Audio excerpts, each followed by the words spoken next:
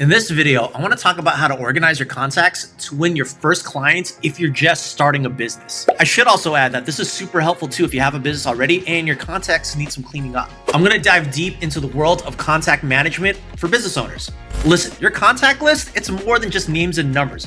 It's a treasure trove of potential clients, opportunities, and referrals. But it's not just about organizing those names and numbers, it's about leveraging them for future business growth. And that's exactly what I'm going to be exploring today. And if you stick around to the end of the video, I'm going to give you this killer strategy. It's a real straightforward but super powerful method that can help transform your existing contacts into a thriving pool of prospects. So let's dive in.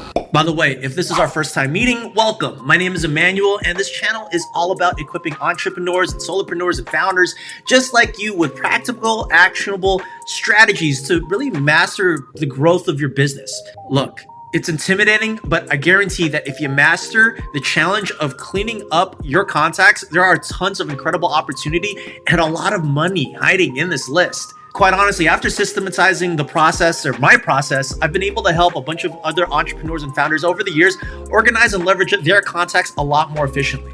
And I wanted to share the specific strategy and system and technique that I've used to develop and really refine this strategy and also show you what really worked for them. But I want to start off by really breaking down the big problems that I've noticed that a lot of entrepreneurs and founders commonly face when it comes to managing their contact lists. First up, it's this overwhelming feeling of disorganization. Like when your contacts are jumbled, it's a mess and it's frustrating. You also might miss out on crucial follow-ups or lose track of potential real leads that are ready to work with you. And this chaos can lead to a bunch of missed opportunities and ultimately lost revenue. Next is the sheer inefficiency of it all. Without a proper system in place, you're likely spending hours sifting through your contacts trying to figure out when was the last time you reached out to somebody. And this is really just an inefficient use of your time, and it eats into your productivity, leaving less time for actual business development and actual growth activities. And finally, it's a lack of strategic focus. Like a disorganized contact list means that you're probably not segmenting your audience correctly or tailoring effective communication to them appropriately. And this one-size-fits-all approach can really result in just poor engagement, lower conversion rates or appointments or revenue. I'll be honest, it'll actually also damage your reputation as well. Look, these issues, they're not minor inconveniences.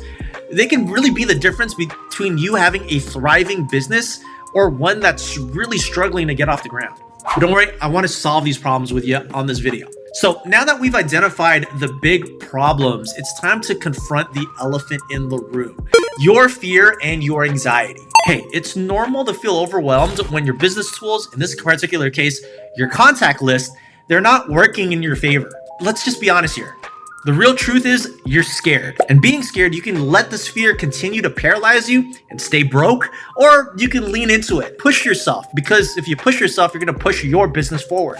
And I really want to spend a little bit more time talking about this fear just because it's such a big deal for a lot of founders. It's this fear that you might not get it right or that it's too late to really organize your contacts. But if no one has told you yet or reminded you, please be kind to yourself and remember, it's never too late to start. Like there's this old saying that the best time to plant a tree is 20 years ago, the second best time is now.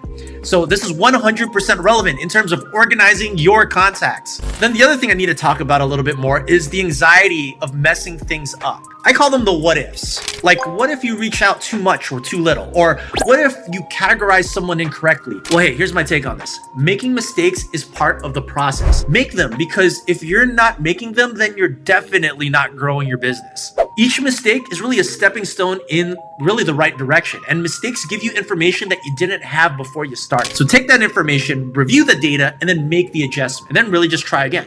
And I should also add that if you're feeling overwhelmed by the sheer volume of your contacts, like you have thousands of people, well, hey, just break it down. Start small. Tackle the list little by little. You don't have to finish this all at once. Look, Rome wasn't built in a day. Neither is your perfectly organized contact list. The bottom line here is these fears and anxiety that you're feeling, it's valid, but it's not insurmountable. The key here, it's just a start. Now, I want to dive into a simple system to organize these contacts.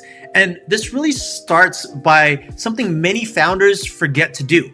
And that's to define the terms. In my world, we have a lead, and this is defined as a person that we can contact. We may not know them, but we at least have their email, their telephone number, or maybe their social media account that we can use to send them a direct message. By the way, leads are typically complete strangers. So for the sake of organization, I'd like to think that we don't have any complete strangers inside of our contact list. Now, the next word we need to define is contact. And this is someone inside of your actual network. This could be a friend, it could be a family member, it could be a colleague, it could be an acquaintance. Next word that I want to define is prospect. And a prospect is a person that has shown interest in what we do and we have the potential to work together. And then lastly, we have a client. This is someone that has actually purchased from you. Okay, so now that we've defined these terms, the next step is to sort our contacts. And I recommend putting them into 4 main buckets. And I should preface this by saying you don't need a fancy CRM to do this.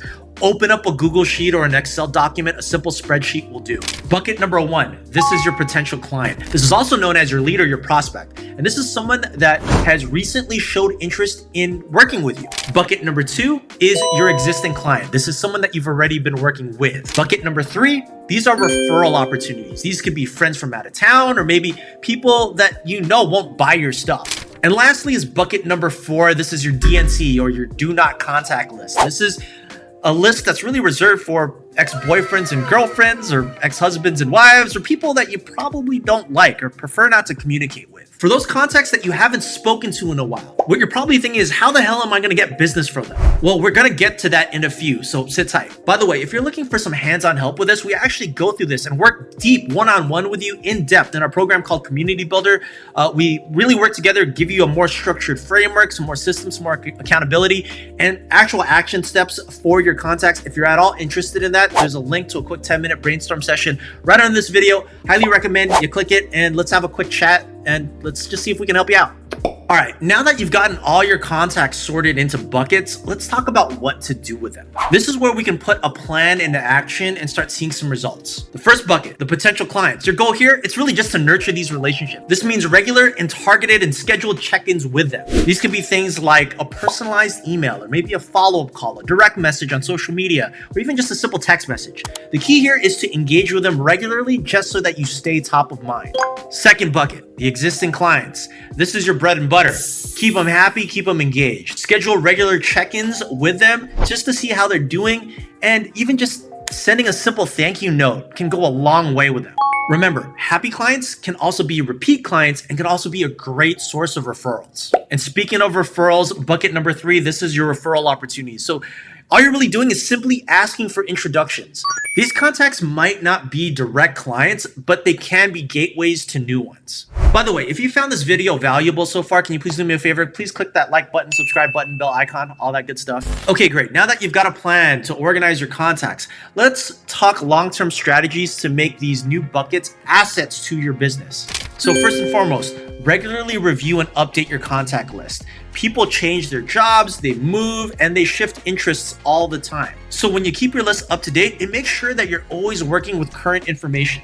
Personal recommendation and part of our system, review this once a quarter. Real simple. Second, it's to nurture those relationships. Building a contact list just isn't about numbers. It's about relationships. Share useful content, reach out on special occasions, or just simply check in to say hello. These small gestures, they go a heck of a long way, and they always keep you top of mind. And then number 3 is a thing that I call BAFAF. This means book a follow-up from a follow-up. This is your way of always having a scheduled to-do list of check-ins daily. And this is essentially when you complete a check-in, make sure you book the next one when you think it's appropriate. Lastly, it's to track your efforts. Which strategies are creating more engagement? Which contacts are actually converting into clients? Use this data to refine your approach and apply it to other contacts. Now, remember earlier, I mentioned that I'm going to give you this killer strategy that can transform your contacts into a thriving pool of prospects.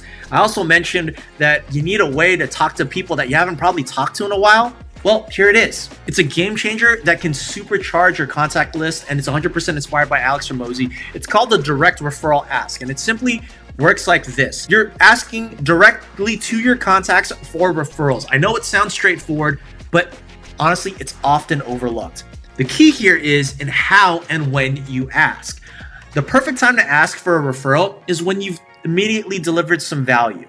This could be after having a really great conversation or providing some advice. Also, don't just ask, hey, do you know anyone that might need my services? Like, you gotta get specific. For example, do you know any blank struggling with blank who can benefit from my services?